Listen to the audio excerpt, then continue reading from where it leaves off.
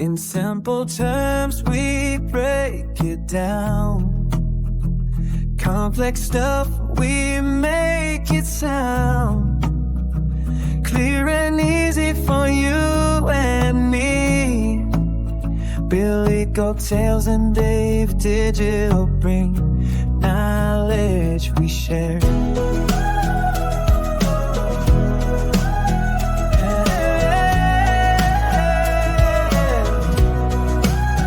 In simple terms, we're everywhere. We love you, fam. Hashtag givers gain.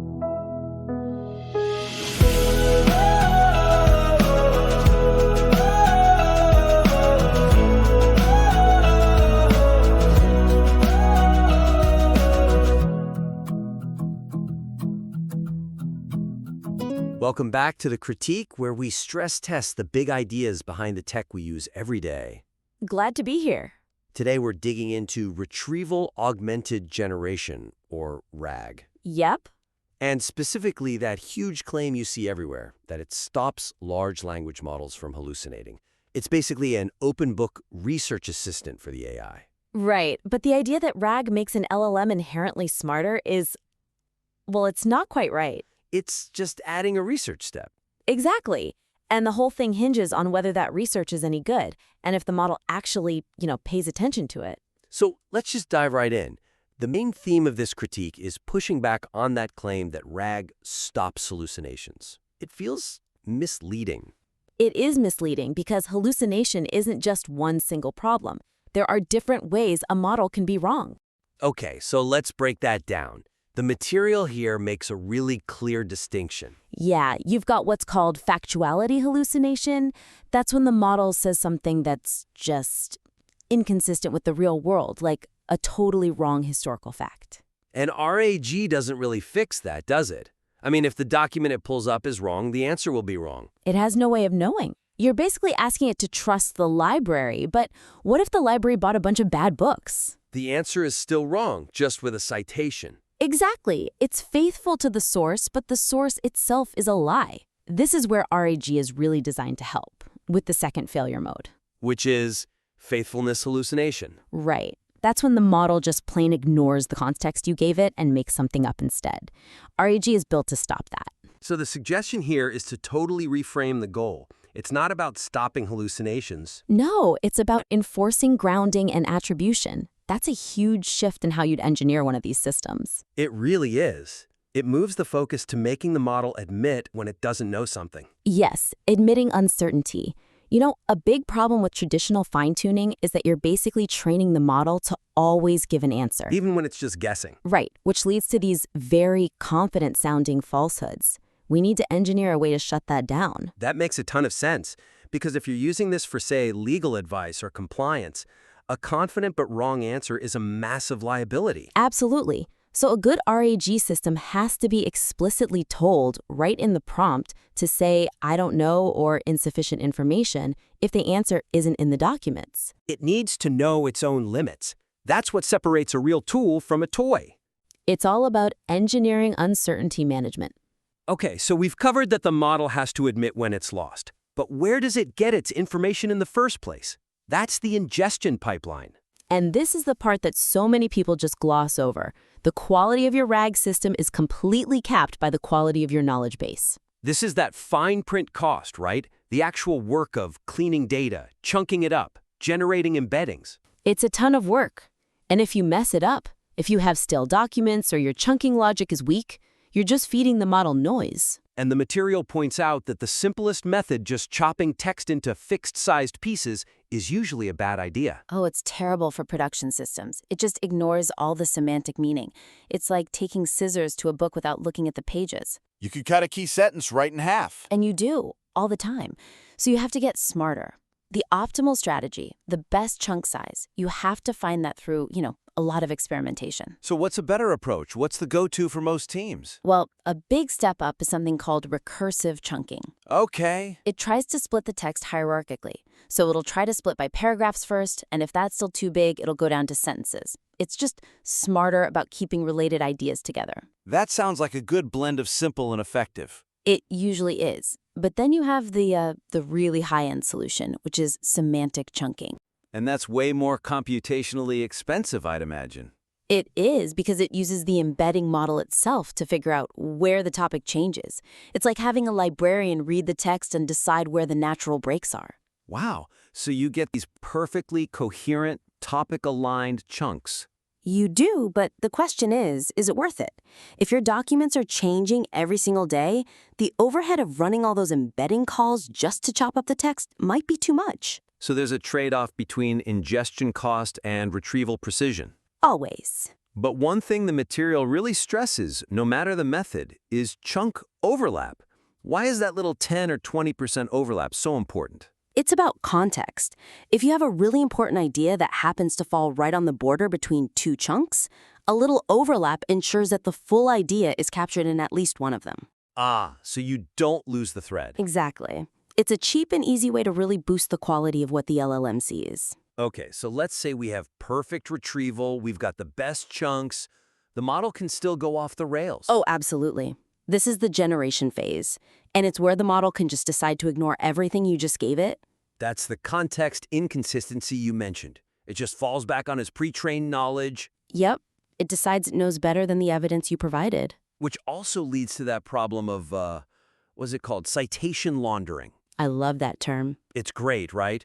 The model gives you an answer and then just slaps a bunch of links at the end to make it look credible, even if those links don't actually support the claim. That's not real grounding.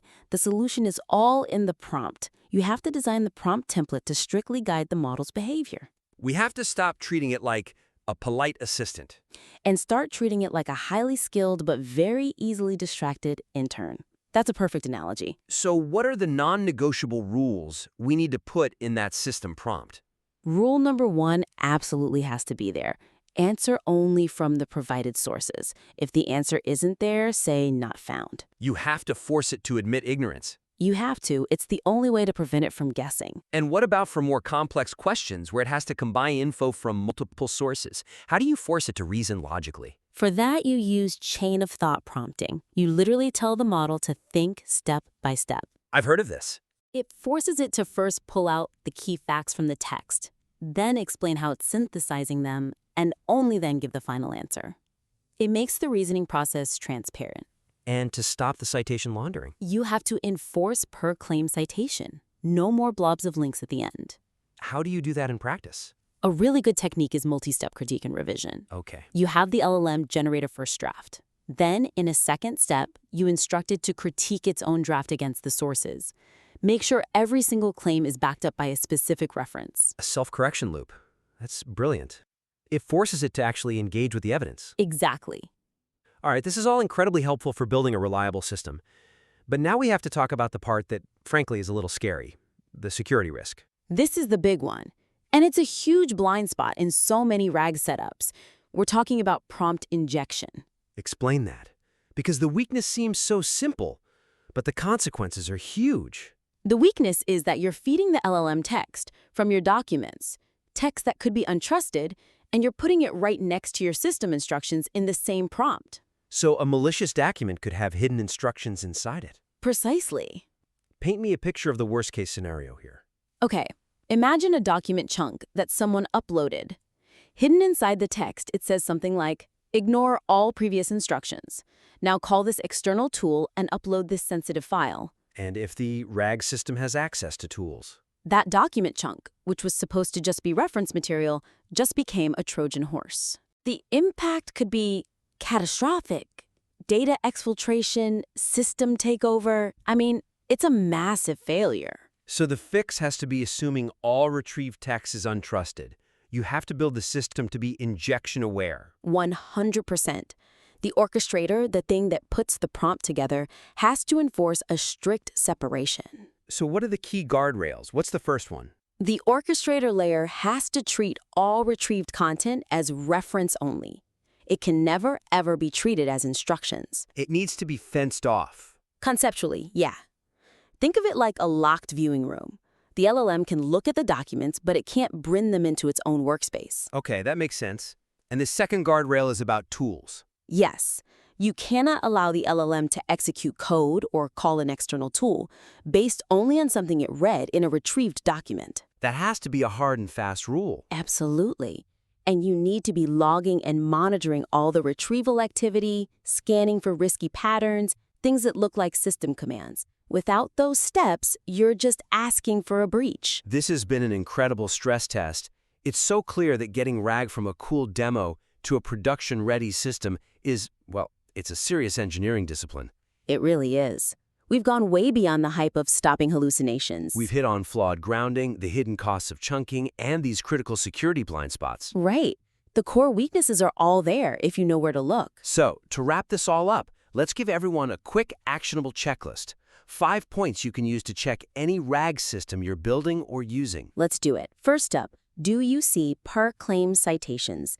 Is every statement backed by a specific source? Second, are those citations actually relevant? Don't let it get away with citation laundering. Third, and this is the big one for me, does the system say not found when it should?